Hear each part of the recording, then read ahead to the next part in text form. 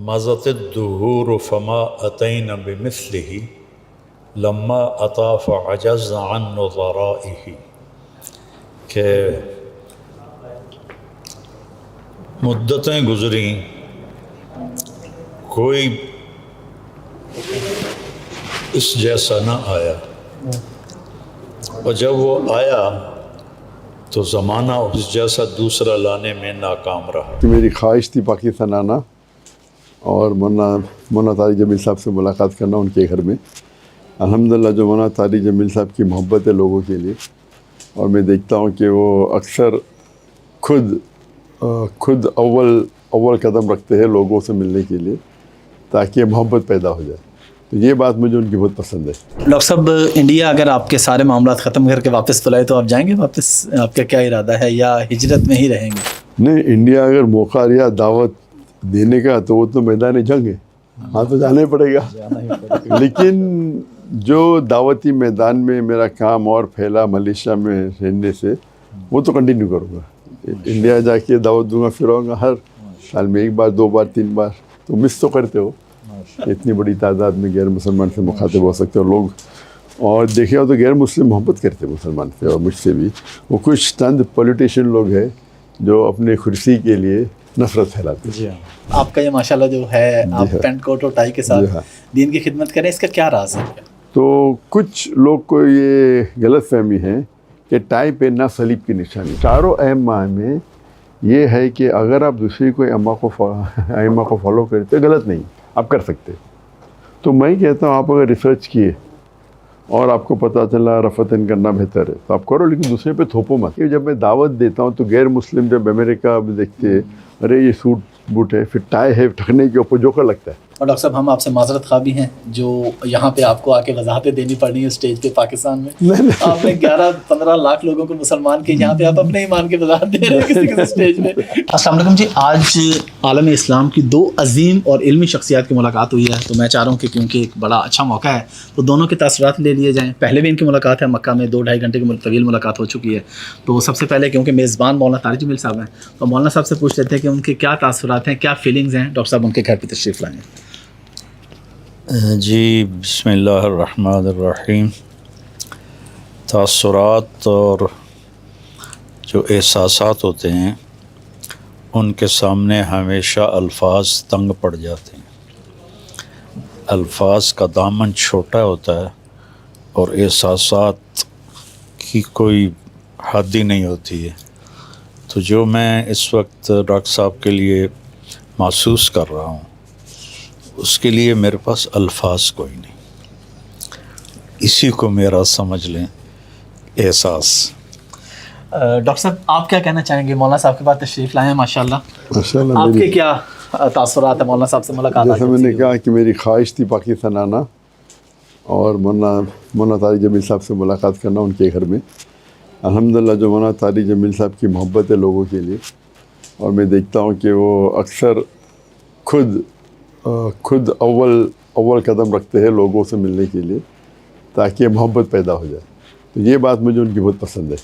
وہ ایسا نہیں کہتے کہ میں ہی نہیں جاؤں، تو جب بھی مکہ میں ملاقات ہوتی وہ ملنا چاہتے، میں بولا میں آؤں گا آپ کے وہاں، تو ہم میں بحث ہو گئی، میں آؤں کہ میں آؤں، میں بلانے آپ بڑے ہیں میں چھوٹا دونوں، میں آؤں گا، تو پھر ملاقات ہوئی الحمدللہ۔ یہاں بھی ماشاءاللہ پاکستان آنے کے بعد اور لاہور میں خصوصاً الحمدللہ مرکز بھی ہم گئے تھے ٹرائبل، اور ماشاءاللہ لوگوں سے ملاقات ہوئی، اور مولانا طارق جمیل صاحب بھی تھے ماشاءاللہ۔ تو یہ محبت جو آپس میں ہونا چاہیے، چھوٹی چھوٹی بات میں جو اختلاف ہے اس کو پکڑنا نہیں چاہیے، اس کو نظر میں، یہ بات مجھے ان کی پسند ہے ماشاءاللہ۔ ڈاکٹر صاحب، ایک سوال دونوں سے، سوال ایک ہی جواب دونوں سے، کہ ہماری امت فرقہ واریت میں بٹی ہوئی ہے اور اس میں کوئی دوسری رہنے کے صرف آپ دونوں شخصیات ہیں ماشاءاللہ جو فرقہ واریت سے ہٹ کے بات کرتے ہیں، محبت کی بات کرتے ہیں۔ کس طرح ہم اس کو مزید پھیلا سکتے ہیں؟ ابھی بھی ہمارے ملک میں آپ کو پتہ ہے لوگ انتشار پھیلاتے ہیں، وہ اس کو گالی دے رہا ہے، وہ اس کو گالی دے رہا ہے، آپ دونوں کیسے اس پہ قائم ہیں؟ پہلے ڈاکٹر صاحب آپ بتا دیں کیسے قائم ہیں اس کے اوپر، پھر یہی میں جواب مولانا سے لوں گا۔ میرا اور ڈاکٹر صاحب کا ایک ہی جواب کہ قرآن و حدیث پر آئیں گے تو انتشار ختم ہوگا، اس سے ہٹیں گے تو انتشار ہی انتشار۔ اب کوئی اور بات؟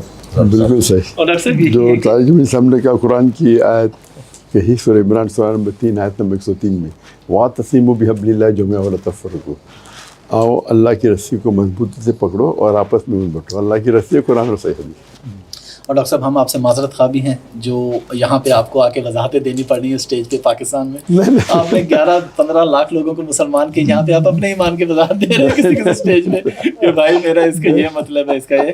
تو پوری قوم کی طرف سے ہم معذرت خواہ ہیں کہ زیادہ لوگ آپ سے محبت کرنے والے ہیں، چند لوگ ہیں جنہوں نے یہ حرکت کی ہے. بہت خوش ہے. بالکل. دیکھو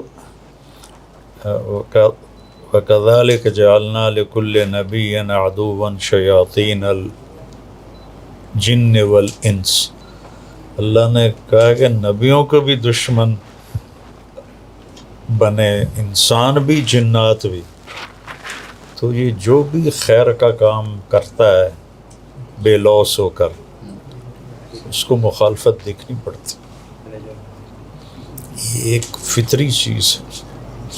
میں نے ایک دفعہ اپنے کزن سے کہا کہ یار ساری دنیا میری بات سنتی ہے، یہ میرے رشتہ دار نہیں سنتے، الٹا مخالفت کرتے ہیں. وہ کہنے لگا یہی بات آپ کے حق ہونے کی علامت ہے. میں نے کہا کیسے؟ کہا رسول اللہ کے رشتہ دار کہاں ان کی سنتے تھے، مدینے والوں نے سنی، رشتہ داروں نے تو سنی کوئی نہیں. تو مجھے بڑی خوشی ہوئی اس کی بات سے. تو جو بھی خیر کو لے کے نکلے گا شیطان اس کے لیے رکاوٹیں ڈالے گا.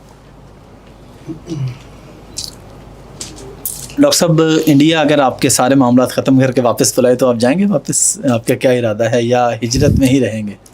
نہیں، انڈیا اگر موقع لیا دعوت دینے کا تو وہ تو میدان جنگ ہے، وہاں تو جانا ہی پڑے گا. لیکن جو دعوتی میدان میں میرا کام اور پھیلا ملیشیا میں رہنے سے، وہ تو کنٹینیو کروں گا. انڈیا جا کے دعوت دوں گا، پھر آؤں گا ہر سال میں 1 بار 2 بار 3 بار. تو مس تو کرتے ہو، اتنی بڑی تعداد میں غیر مسلمان سے مخاطب ہو سکتے ہو لوگ. اور دیکھے ہو تو غیر مسلم محبت کرتے مسلمان سے اور مجھ سے بھی. وہ کچھ چند پولیٹیشین لوگ ہیں جو اپنے کرسی کے لیے نفرت پھیلاتے ہیں. نہیں تو عام ہندو، مجھے لگتا ہے عام ہندو عام مسلمان کافی ان میں بھائی چارہ ہے. ڈاکٹر صاحب یہ کپڑوں کا تھوڑا بتا دیں گے معذرت. پھر ایک سوال، آپ کا یہ ماشاءاللہ جو ہے آپ پینٹ کوٹ اور ٹائی کے ساتھ دین کی خدمت کریں، اس کا کیا راز ہے؟ آپ مطلب عام طور پہ لوگ ایکسپیکٹ کر رہے ہوتے ہیں. کوئی بھی آپ کام کرتے ہیں تو شریعت کے خلاف نہیں ہونا چاہیے. اور ہمارے شریعت میں 6 کیٹیگریز ہے لباس پہننے کی. ایک ایکسٹینٹ ہے جو مرد کے لیے نیول ٹو دی نی ہے. دوسرا ہے کپڑے چست نہیں ہونا چاہیے. تیسرا کپڑے پتلے نہیں ہونا چاہیے کہ آپ دیکھ سکتے. چوتھا ہے بھڑکیلے نہیں ہونا چاہیے. پانچواں ہے کہ دوسری جنس کے نہیں ہونا چاہیے. اور چھٹا ہے دوسری مذہب کے نہیں ہونا چاہیے. ٹھیک ہے. تو کچھ لوگ کو یہ غلط فہمی ہے کہ ٹائی پہننا صلیب کی نشانی ہے. تو غلط فہمی ان کی. تو آپ کدھر بھی بائبل میں پڑھو کہاں صلیب کا لکھا ہی نہیں. آپ اگر انسائکلوپیڈیا برٹانیہ کا پڑھیں گے تو بولتے تھے ٹھنڈی میں کپڑے کو ٹائٹ رکھنے کے لیے وہ ٹائی کا نوٹ باندھتے تھے. تو اس میں کوئی دلیل نہیں ہے، لیکن ان کی غلط فہمی تو ہے. جہاں تک کہ میرا سوال یہ، میں نارملی کوٹ اور سوٹ اور پینٹ پہننا پسند نہیں کرتا ہوں. لیکن جو چیز آپ کو پسند نہیں، آپ کر رہے اللہ کے لیے، تاکہ جب میں دعوت دیتا ہوں تو غیر مسلم جب امریکہ میں دیکھتے ہیں ارے یہ سوٹ بوٹ ہے، پھر ٹائی ہے ٹھکنے کے اوپر جوکر لگتا ہے، اور پھر وہ کوٹ کر رہا ہے بائبل، کوٹ کر رہا ہے ہندو اسکرپچر، تو اس سے دروازے کھل جاتے ہیں. اور جبھی بھی میں لیکچر دیتا ہوں اس ٹائم میں سوٹ پینٹ پہنتا ہوں. عام طور پہ آپ گھر پہ آئیں گے تو آپ کتنے دیکھیں گے تو میں کرتے پہ جاؤں گا ہونا جیسے. تو آپ اگر آپ دیکھیں گے جب کوئی بھی ملتا ہے یہ میرے ساتھ ملنے ہے کرتے پہ جاؤں گے. خالی اگر باہر جب تقریر کرنے جاتا ہوں اور لوگ دیکھتے ہیں تو بھی سمبل بن گیا ہو. تو جو چیز پسند نہیں بھی آپ کرتے اللہ کے لیے تو اس میں قبولیت ہوتی ہے.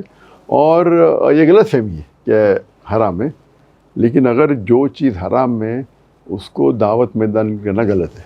حرام کا آپ کوئی بھی غلط چیز کا اختیار نہیں کر سکتے، آپ دعوت کرنے کے لیے بھی، یہ الاؤڈ نہیں اسلام میں. مولانا تھوڑا آپ بھی اسی پہ اگر بات کر دیں تو ہمارے ملک میں یہ جو ویٹیکن سٹی گیا تھا تو میں نے اس کا وزٹ کیا کہ وہ جو گرجا ہے وہاں بھی تو جتنے پادری تھے کسی نے بھی